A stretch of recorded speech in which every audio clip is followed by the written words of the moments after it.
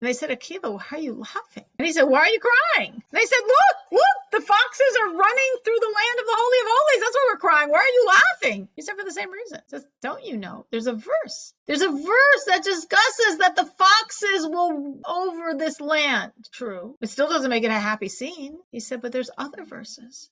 There's verses that this land will be rebuilt. So the same way that verse was fulfilled, the verse of the foxes was fulfilled, also the verses that promise the third temple, they will also be fulfilled. And that's why I was laughing.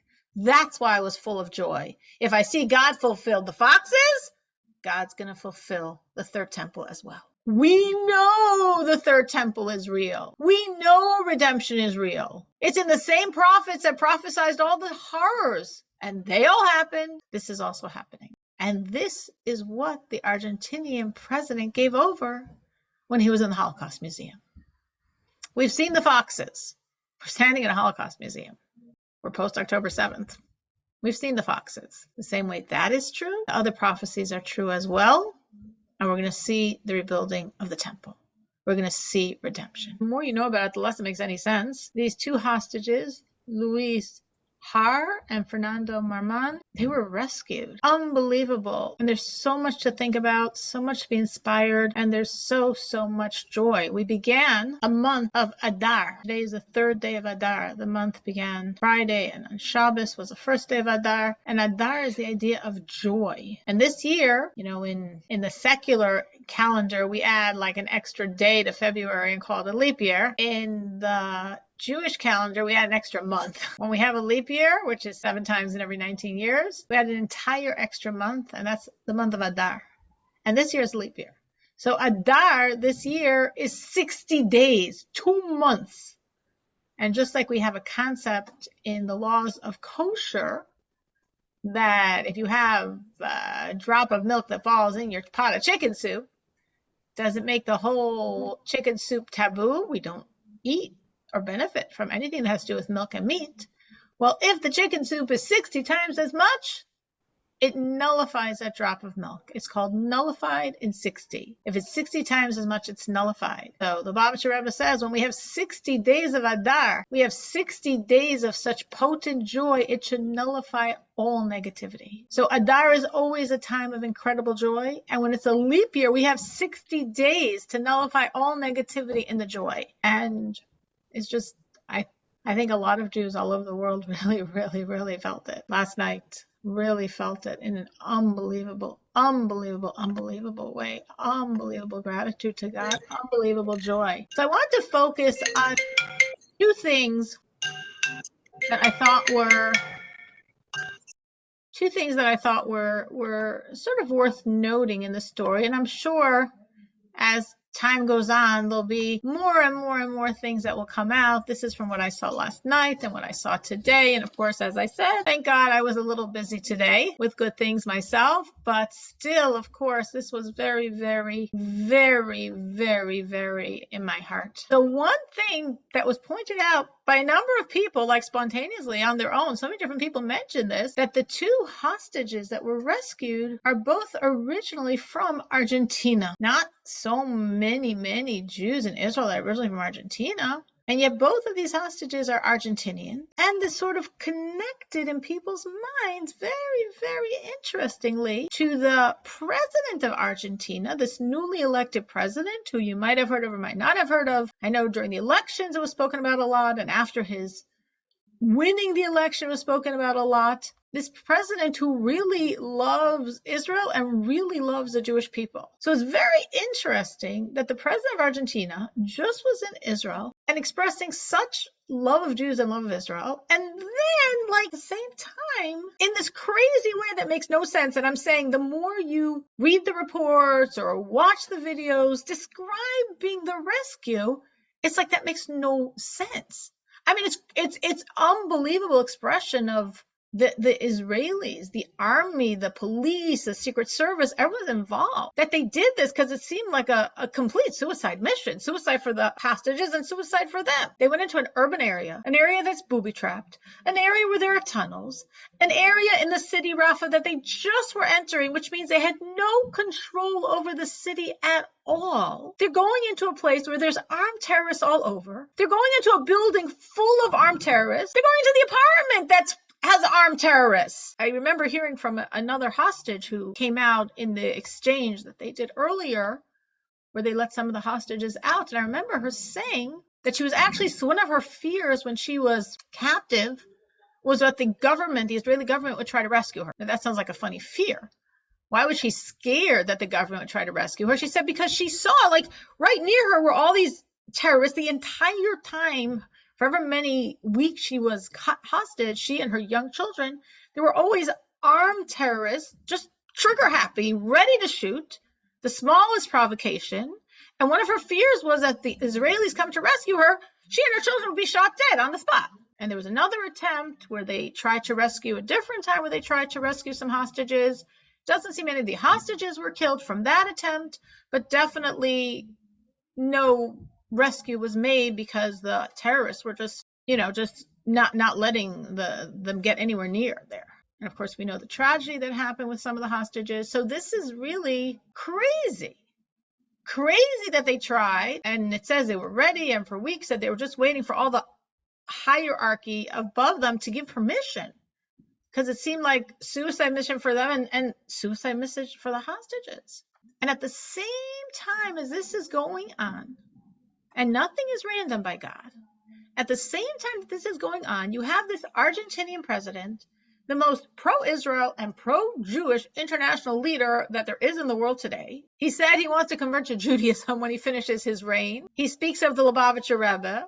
He says he loves Israel. He says he loves Judaism. What did he do? He goes to the Western Wall, the Kotel, crying, praying. And then he went to Yad Vashem. Yad Vashem, of course, is the Holocaust Museum in Jerusalem. And what does he speak about in Yad Vashem? He speaks about redemption. He speaks about Mashiach. This non-Jew, this Argentinian president, he tells them over this concept, which of course I'm sure he was taught. The Lubavitcher Rebbe speaks about these ideas. It's based in the Talmud. In the Talmud, it says that when, after the destruction of the Second Temple, at a certain point, Rabbi Akiva and other sages came to the place where the temple stood.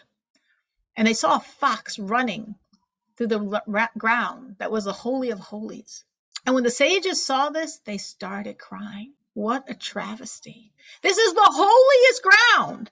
This is not only the temple ground. This is not only the ground of what we call the Heichal, the structure of the temple. This is the Holy of Holies. The high priest, one day a year, walks on this ground. The holiest person in the holiest day of the year in Yom Kippur walks on this ground. And now a fox is running through this ground? And they were crying. And Rabbi Akiva, who was with them, one of the greatest leaders the Jews have ever had, he was laughing. And they said, Akiva, why are you laughing? And he said, why are you crying? And they said, look, the foxes are running through the land of the Holy of Holies. That's why we're crying. Why are you laughing? He said, for the same reason. He says, don't you know? There's a verse. There's a verse that discusses that the foxes will over this land. True. It still doesn't make it a happy scene. He said, but there's other verses. There's verses that this land will be rebuilt. So the same way that verse was fulfilled, the verse of the foxes was fulfilled, also the verses that promise the third temple, they will also be fulfilled. And that's why I was laughing. That's why I was full of joy. If I see God fulfilled the foxes, God's going to fulfill the third temple as well. And the sages said to Rabbi Akiva, Akiva, you have comforted us. Akiva, you have comforted us. This is in the Talmud. Very powerful, powerful ideas. We know the third temple is real. We know redemption is real. It's in the same prophets that prophesied all the horrors. And they all happened. This is also happening. And this is what the Argentinian president gave over when he was in the Holocaust Museum. We've seen the foxes. We're standing in a Holocaust Museum. We're post-October 7th. We've seen the foxes. The same way that is true, the other prophecies are true as well. And we're going to see the rebuilding of the temple. we're going to see redemption. So imagine, here we have, now again, he gave it over, I could give it over too, but I'm not the president of Argentina, so nobody's listening to me. But this non-Jew, the president of this country in Israel, in the Holocaust Museum, this is his message to the Jewish people. This is his message to the world. And at the same time, when he is speaking about the third temple, about redemption, about Mashiach, there's a tremendous light of redemption and Mashiach shining over the two hostages from his country that are freed in a crazy, miraculous rescue mission that makes no sense. Again, urban area, building full of armed terrorists, the apartment with armed terrorists. It's just like it's insane. How did they get out? How were the hostages not killed? How did they all get away? Not one soldier was even seriously injured. How? Is a tremendous lesson. The lesson, I believe, I'm sure there are many lessons, but what I was thinking was every human, even every non-Jew really makes an impact. When the non-Jew recognizes God and turns to God, it makes a huge difference. That creates open miracles, salvation. I saw a little clip, an interview. I think this is from the head of one of the intelligence agencies in Israel. And he said, this is how he put it. Even in the movies, they wouldn't show a rescue operation like this one. It's too implausible. Like even in the movies, it would ring too fake to make such a rescue operation. Not in the movies, and this was in real life. It's that implausible, crazy, insane.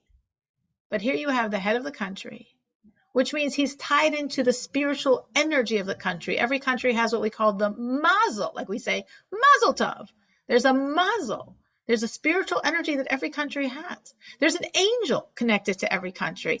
And obviously, when the president of the country is so publicly affirming and recognizing God and spreading a belief in redemption, if it comes from his mouth, you really listen. Obviously, this heightened the mazel, the spiritual power of the entire country, helping two citizens of this country get freed. So I thought that was a huge lesson for us to understand. And understand the power of every human. And the more any human you know, you can connect to an awareness of God. Every one of us. Very powerful. And another huge lesson from the other angle, also felt very strong, of how our spirituality creates salvations, was with the family of this Louis.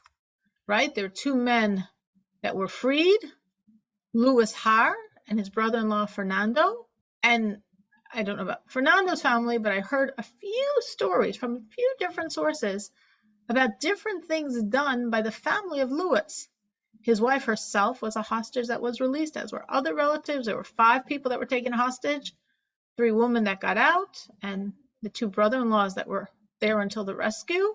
I heard amazing things here. Before October 7th, this was a completely assimilated family, like living on a kibbutz in Israel and knowing nothing about Judaism, having no connection to any people that were religious, knowing nothing about religion.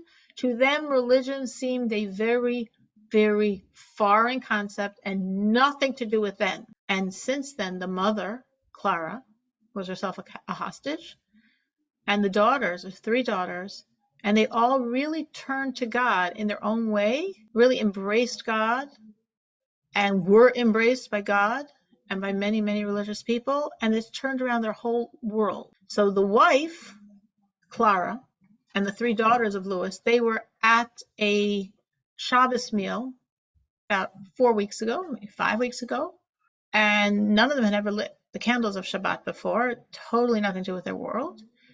And they were encouraged to light the candles before Shabbat. And Clara, the wife, who herself was a hostage, was lighting the candles. And she said when she lit the candles, she felt like she was getting a hug from God. And Clara decided to continue lighting the candles, to continue feeling that hug from God. And that was 5 weeks ago. which means since then, for 4 times, she lit those candles of Shabbat, and now her husband and brother-in-law were freed. And the girls, there's heard this from so many different angles. You hear the same story, but from different angles, so it's slightly different details, but I kept hearing it from different people that all were connected to what happened. So his daughters and their husbands, they had come to America with an organization that brought them into America to speak to people to keep raising the awareness in the situation with the hostages. That unfortunately, time goes on, people get busy with their own lives, and people, I don't want to say forget, but sort of forget. So the daughters spent Shabbos in New York. They spent it at a Chabad house. I happen to know the shluchim, the emissaries of the Rebbe, to that Chabad house in the 5 towns, very close to the Ohel. And the shluchim, so they spent the entire Shabbos there, which means they had a real Shabbos. And then they went and prayed by the Ohel. And then one of the daughters and her husband traveled to Florida. And they spoke in a very large Chabad shul in Florida. It's actually called The Shul. And it's a very, very large, huge, beautiful shul in Florida.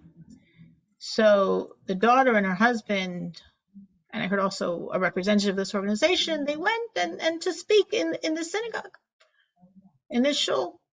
And they're speaking about the situation. Her mother was released. Her father is still a hostage. Her uncle's a hostage. And then people in the audience said, what are we supposed to do? Do you want money from us? Is this a fundraising thing? And they said, no, we're not going around fundraising money. Money's not going to help us now. We just want you not to forget. And then they said, well, what do you think Israel should do? And they're like, we don't know. There's no good solutions. As obviously there aren't.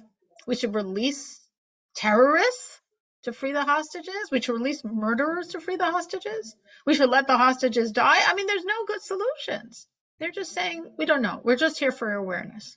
And then the Rebbetzin of the shul, her name is Rebbetzin Lipsker, Mrs. Lipsker, of this very, very large, prominent shul, called, again, some of you might have been there, called The Shul.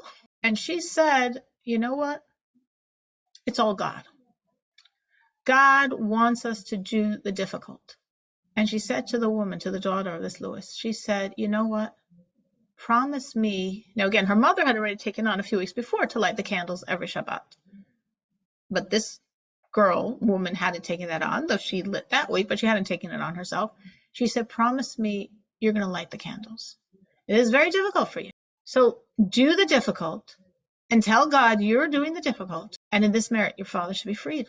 And then she spoke to the husband. Again, they're both on stage together. She said, Tefillin, promise me tomorrow morning, my husband will give you a pair of tefillin, not a cheap gift. Promise me, you'll put on the tefillin every day, so your father-in-law should be freed. And he said, I can't really start now. Maybe can I start in a week? And she said, no, starting tomorrow. He said, okay.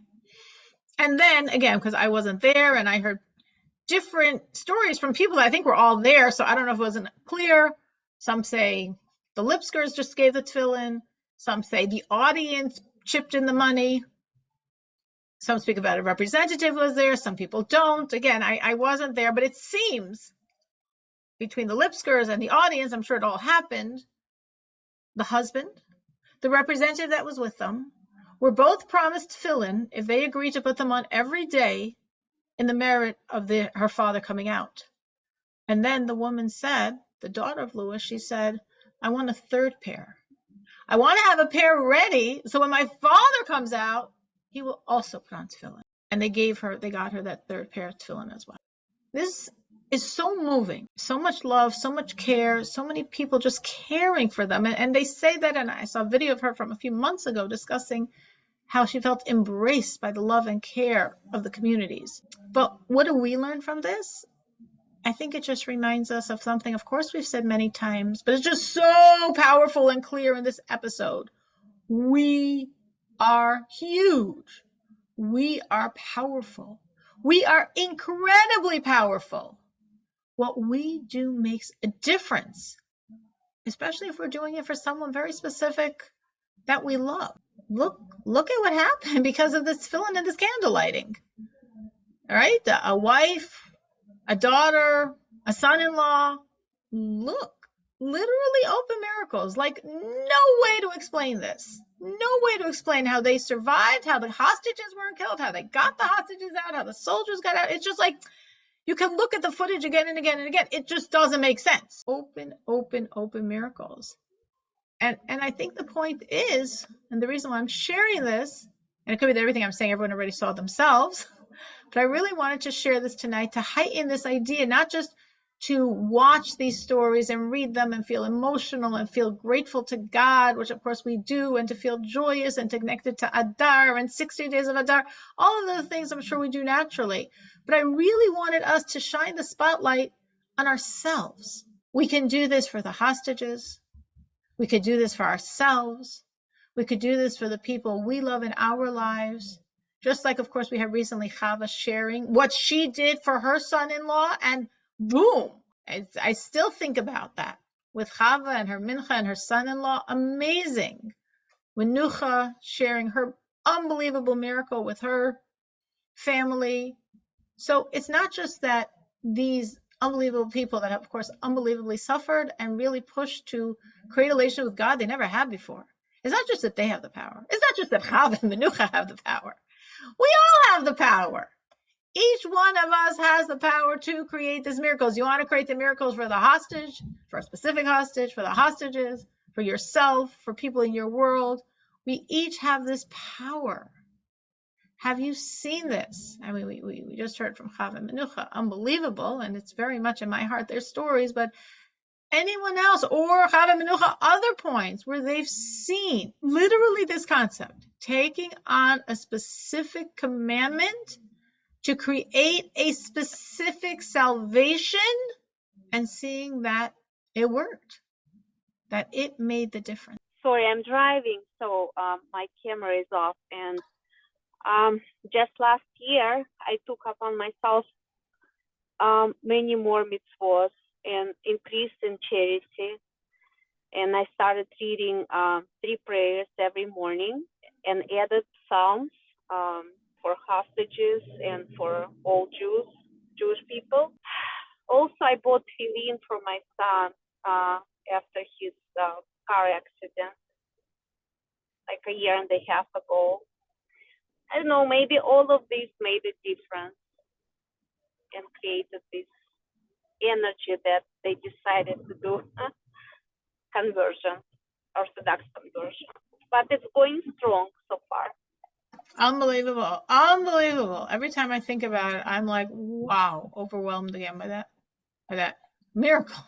Just speaking to someone today in a sort of similar situation, but said you can't rely on that one. That's just a miracle.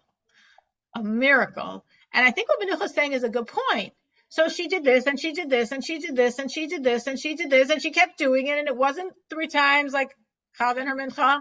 It was more, it was more, it was more, it was more, and then she did this, and then she added this, and then she did this, and then this unbelievable miracle happened. And you could almost say, like, in my mind, I'm comparing it to, let's say, myself with Dovber, with my son, that people ask me, like, how is he so high functioning? Is it, well, yeah, I do this. Well, yeah, I do this. Well, yeah, I do this. And of course, there's the God factor, and there's this, and then I don't know. How do you credit? How do you know what created that?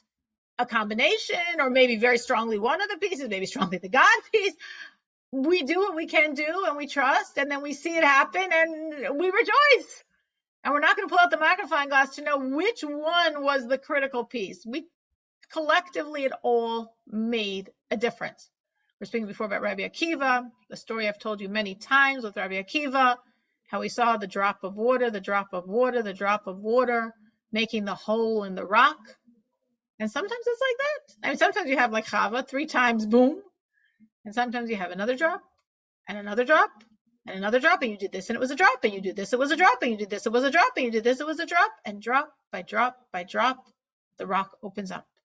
Just as I'm saying, metaphorically, with my son, this helps, and this helps in another way, and this helps in another way, and this helps in another way, and drop by drop by drop, things open up. So I think Menucha is totally, totally correct, and it's totally beautiful that she can see and rejoice in the miracle. Anyone else? Hi, this is Chava. I just want to add, because it sounded that I just did something 3 times and miracle created. This is just last things that I did. Okay. The PS to the story. Don't think you're going to dive in mincha 3 times and it's going to happen. You got to do a few other things. Well, maybe. And Yes. maybe it's just so powerful. And God was so waiting for your mincha prayer that once you did it 3 times, he's like, all right, Chava, that's it. You created the miracles. I was thinking, also I was thinking today of, as I said, my son became engaged today and he's 27. For us, it was a very big joy that we've been waiting for a few years. And I also, over the years, have done many things. And recently, and recently doesn't mean a month ago or 2 months ago, but recently and a while ago, I took on something and I actually probably take on different things for every one of my children, like different, this one for this and this for this and this for this. But sometimes you take on things and they become a little vague and it's a little hard to pinpoint and say, yes, I did it. Yes, I did it. I think, this was very concrete. This I could say to God very strongly. I took this on and I am doing it. It is happening. Like I have a complete check on my chart. And I just kept doing it and kept doing it and kept doing it. And thank God we were very, very fortunate and blessed and happy to see. And I'm sure there were many other factors as well. And like I said, a drop. Things open up. Menucha said, I did this and this and this. Chava said, I did a number of other things, plus that mincha at the end of the road. But we believe in it. Everything has a lot of power. And we do create those miracles. Someone else can share how they've seen, what they've done, and what's happened as a result. Well, I wanted to encourage, of course, for all those out there that are saying, hey, me too, I also want to create miracles, because most of us have things we'd like to create miracles for. So with these hostages, the commandments that were highlighted, most specifically was candle lighting for the woman, as the mother took on, as the daughter took on. I actually believe I heard from another source, another daughter took on, in a separate story, I heard of another daughter that also took on candle lighting. And the tefillin for the men, which of course is very beautiful to imagine that now this Louis is coming home and there's a pair of tefillin. He's like, what? They're like, yeah, this is waiting for you. This is how you're going to be thanking God for the rest of your life for this unbelievable miracle. So these 2 commandments, candle lighting to usher in the Shabbat, the Shabbos for women and girls, and tefillin for Jewish men, for Jewish boys with bar mitzvah and over. These are really very, very, very special commandments. And the Lubavitcher Rebbe always encouraged specifically these 2 commandments. These 2 commandments have a lot of power. And maybe if you have someone that you know that is looking for a salvation, this will be very, very powerful commandments to suggest for women to light the candles, women and girls to light the candles of the Shabbat, of the Shabbos, and for Jewish men and boys, bar mitzvah and over, 13 and over, to put on tefillin. And obviously, there's 613 biblical commandments and many, many added by the rabbis. So why specifically these 2 do we focus on so often? Because somehow the Lubavitcher Rebbe looked at these 2 as so powerful. A Jewish woman, get her to light the candles of the Shabbat. A Jewish man, put on the tefillin. And there's many, many, many other commandments. I could list you, hundreds. And yet the Lubavitcher Rebbe is looking at these 2 commandments as like gateway commandments. Commandments that just open up a lot of light for the Jewish people in general, and obviously for the person performing it specifically. So I think if someone is looking to create miracles, is looking for salvation, the commandment of the Shabbat candles, of the Shabbos candles, the commandment of the tefillin, this is really a very, very, very huge go-to that really, for yourself or to encourage someone else, is very, very, very, very important. Now, of course, tefillin might be a very big financial investment. For a woman lighting the Shabbat candles, basically she needs 2 candles. So it doesn't take that much. It really doesn't. And it's really something doable, hopefully, and it makes a huge difference. Huge difference. And as we light the candles of the Shabbat, we're seeing that there's more light in the room. But there's light, there's the glow of the candlelight.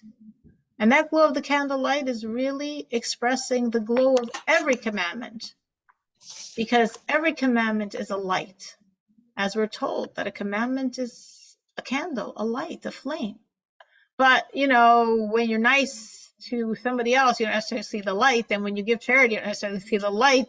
And when you kosher, you don't see the light. But when you light the candles of the Shabbat or the holidays, you see that light.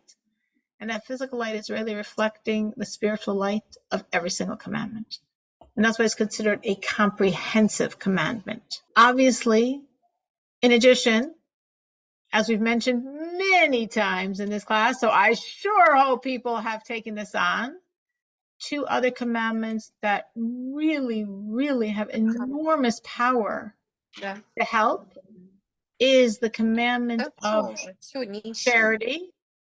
Charity is an enormous commandment that creates enormous salvation, and especially like in terms of the hostages, especially in something where there's a death factor. Obviously, for every hostage, this is a life-death situation. And we're told that charity has a special value in saving from death. Charity has enormous power. Charity in the Jerusalem Talmud is called the commandment. If you just say the commandment, you're talking about charity because it's the most important commandment. So as we've said many times, if you're looking to create salvation for yourself, for the hostages, for a specific hostage, for someone else in your life, adding in charity is very significant. Of course, there's the idea of the specific, like people give this one-time larger donation, which of course is very beautiful. And there's also the advantage of every day giving a little.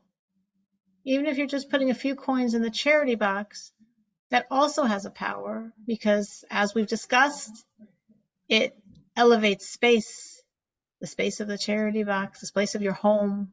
It elevates time, the time that this commandment is done in, and the past time, all the time spent working to earn the money, and the potential future time of what you could have done with that money. And it elevates the person giving, because if you give again and again and again, every day you're giving a little bit, you become a person who gives charity. That just becomes your nature. Your hand automatically stretches out and gives. So charity is a huge commandment that creates a lot of salvation. And of course, besides the candle lighting, besides the tefillin, besides the charity, Psalms, Tehillim. As we've said so many times in this class, Tehillim draws down God's kindness and compassion in a way that we can't even imagine. In a way that we're told if we really, really got what we were doing, we would just be saying Tehillim, Psalms all day long. You could say, well, of course I would, but I don't have time. But we say that not really getting the power of Tehillim. If we got the power of Psalms, we would somehow find the time to do more. Like it says about Reuven. Says that, when Yosef was thrown into the pit by his brothers, and the brothers wanted to kill him, and Reuven decided he's going to save him. For whatever his calculations were, he's going to save him. But he didn't have the character to stand up to his brothers, so he figured he'd wait.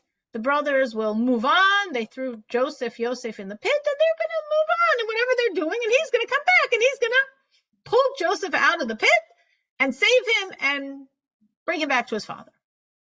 Well, God had other plans, and that didn't work out because exactly when Joseph was sold, Reuven wasn't around, and therefore his great plot didn't happen.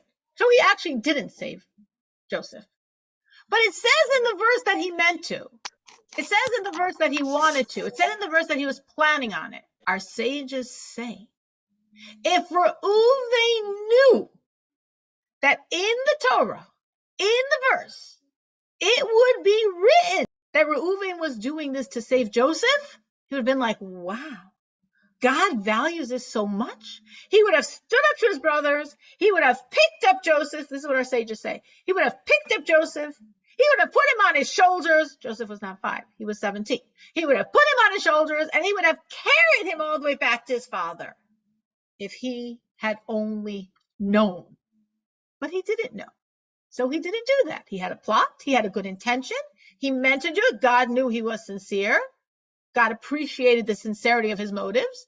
And it didn't happen because he didn't realize how much God appreciated it. Similar to Abraham. When Abraham was going, he thought to sacrifice his son Isaac on the altar for God. The verse says he got up early in the morning. And because he got up early in the morning, not because he listened to God. We expect an Abraham to listen to God, especially when God personally comes and tells him to do it. So we're not so impressed that Abraham listened to God. We're very impressed that he got up early in the morning. You get up early in the morning to go and sacrifice your son? Wow, that shows something. So imagine if Abraham would have known that God so appreciated him waking up early in the morning, he probably would have woken up even earlier. And similarly with us, we hear it, we hear it, we hear it. I don't think I said one thing today that you all don't know, but sometimes we need to hear it again. We are the rock. You know, we spoke about Rabbi Akiva's rock and the drop and the drop and the drop, and then the salvation happens, the rock opens up. We're the rock. We need to hear something again, and it's a drop. And then we hear it again, and it's another drop. And you hear something again, and it's another drop. And maybe it's the 5th time. Maybe it's the 20th time. Maybe it's the 50th time. At a certain point, that we've heard many, many times, that we can't even fathom the power of Tehillim. And each time we hear it, hopefully it penetrates a bit more. Rivka, I'm sorry, I cut you off. I just asking to add two examples of Reuben and Abraham. The third one is about Aaron. His the fact that he was so overjoyed that his brother Moshe became a leader of Jewish people, but Moshe was worried that Aaron would be, that it was not appropriate for the younger brother to become a leader instead of the older brother.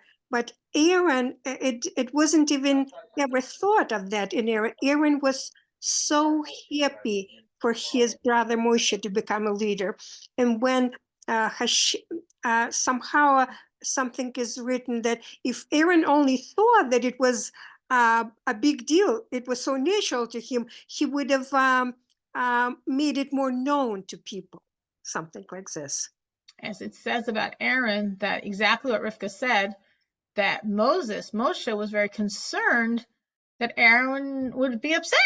Aaron, at this point, was the leader of the Jewish people. The previous leader of the Jewish people was Moshe and Aaron's father, Amram. And when he passed away, I mean, Moshe is long gone. He was 40 years away from Egypt. And in those 40 years, that's when Amram passed away and when Aaron became the leader of the Jewish people. So as Rivka said, it's his older brother, and he's already the leader for many years. And now suddenly Moshe, the baby of the family, is coming, Moses, and he's taking away the leadership from his brother. And he was very concerned. He didn't want to hurt his brother. And it says, as Rivka said, that Aaron didn't even think about that. It didn't even cross his mind. And he was so joyous and happy for his brother and what was happening. And it says that in the merit of that, God gave him this beautiful garment as the high priest, what's called the Choshen, which is this very special garment that had 12 precious, precious stones, 2 onyx stones here and 12 stones of the breastplate, through which God's power shone and answers from God were given through that breastplate, through the Choshen. It says, why did he merit such a special, unbelievable garment worn over the heart? Because of the joy in his heart of his brother and of his brother coming and becoming the savior and leader of the Jewish people. So absolutely. So just as it's true for Aaron, and just as it's true for Reuben, and just as it's true for Abraham, it's true for us as well. If we only could have a glimmer of how important what we do is to God, of how precious what we do is to God, how we'd be running, how we'd be racing to do more. You know, as these women, how they created the salvation that the army and the police and the Secret Service, they carried it out, but definitely powered by these tremendous, tremendous miracles of the miracles of their connecting to God. Do you imagine everyone out there that's looking for these salvations? If they hear the secret, if they get on board, if they do it too, we should hear more and more and more miraculous salvation for the hostages of our people. But this isn't only about the hostages. This is about every single one of us. It is about all the salvations that we need to create. We need to embrace even more deeply the roads we know, the very well-trodden paths that the Jews have walked for thousands of years, and be very grateful to God because we know the secret. We know exactly what God wants us to do to create this salvation. Thank you so much for joining. We should have myriads of classes just focusing on thank you, God, for all these miracles. We are so happy. We feel as a people so blessed. We are so, so, so grateful. Thank you for joining. Thank you. Amen. Thank you so much. Very inspiring. Very.